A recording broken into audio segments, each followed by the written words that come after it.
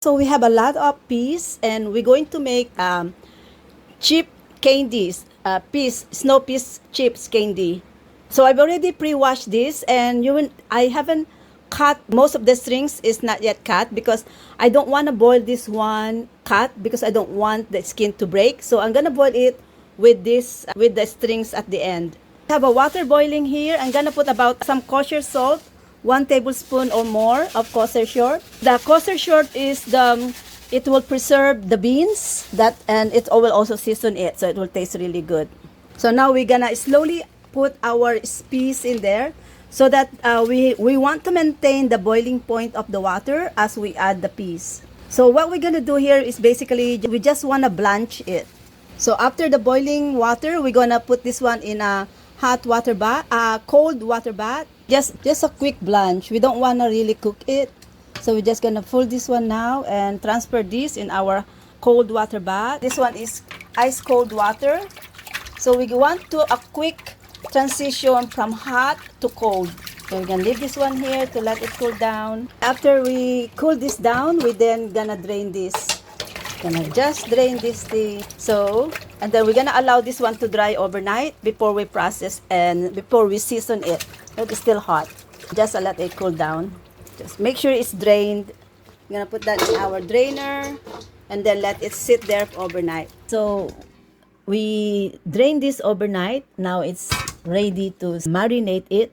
Now it's almost the liquid's almost drained, and these are our peas as well. It's almost drained. So we're now gonna start to season this. So for seasoning, I'm going to use a little bit of canola oil, and also we're going to use some of this sesame oil. So what we want to have those and the canola oil so that as we dehydrate it, we are basically drying it up. So a little that then. And I love the smell of sesame oil. And so I'm going to use a lot of sesame oil and also some black pepper. I want to use some of this garlic plus. It's all together already.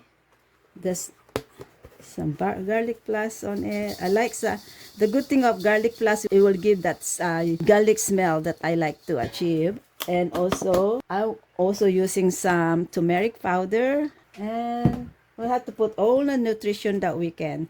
Some Tex-Mex, lots of spices that I like to put together, and a little bit of spices. So this is just like to spice it. This is called lal mirch powder. So basically, whatever powder that you can get. Now I'm gonna put something on my hands in here so that we can mash this. I'm also adding some ginger, lots of powder. Now we're just gonna mix this. This is our seasoning.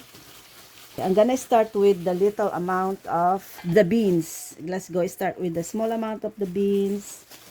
I think I'm just gonna add this one here.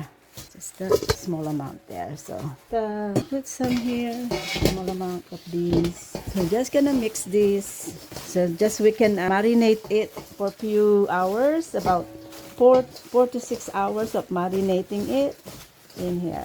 Ooh, smells good. I like the smell of the sesame oil.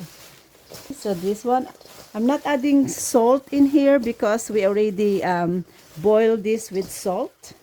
So that's good enough for it. So now we're just gonna let this one marinate.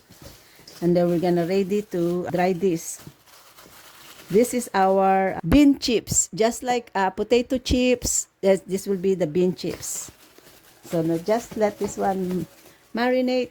Now we can do our pea. Hey guys, look at this. So we are ready to load this one in our tray, and my dehydrator is already down out here.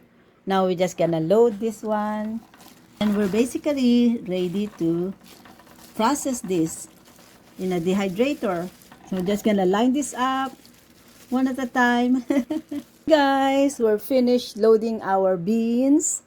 Now we're just putting them in our dehydrator. We have a few, so we have a lot of space that we can do.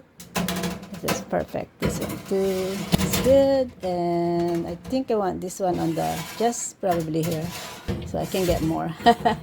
Just putting them in. We're ready to turn on our dehydrator. So get like that. Wait, and then we're gonna turn the back. There's also another on at the front. Now we're going to pour beans. It says in the Google to temperature for 52 degree. So we're gonna increase the temperature to 52. Oh, it says 55 increment. And then we're gonna try the time for 6 hours. So we're gonna increase the time to 6 hours. That's good. And then it will just automatically run when it's ready. There you are. Everyone, just want to give you a follow-up of this. This is the end up of my bean chips. Like this. And I overcook it too. I over dehydrate it. I should just put up to 4 hours instead of 6 hours. But it's okay. It's actually really good. So this is it, guys. It's actually really good. So I'm gonna make more of my peas this time.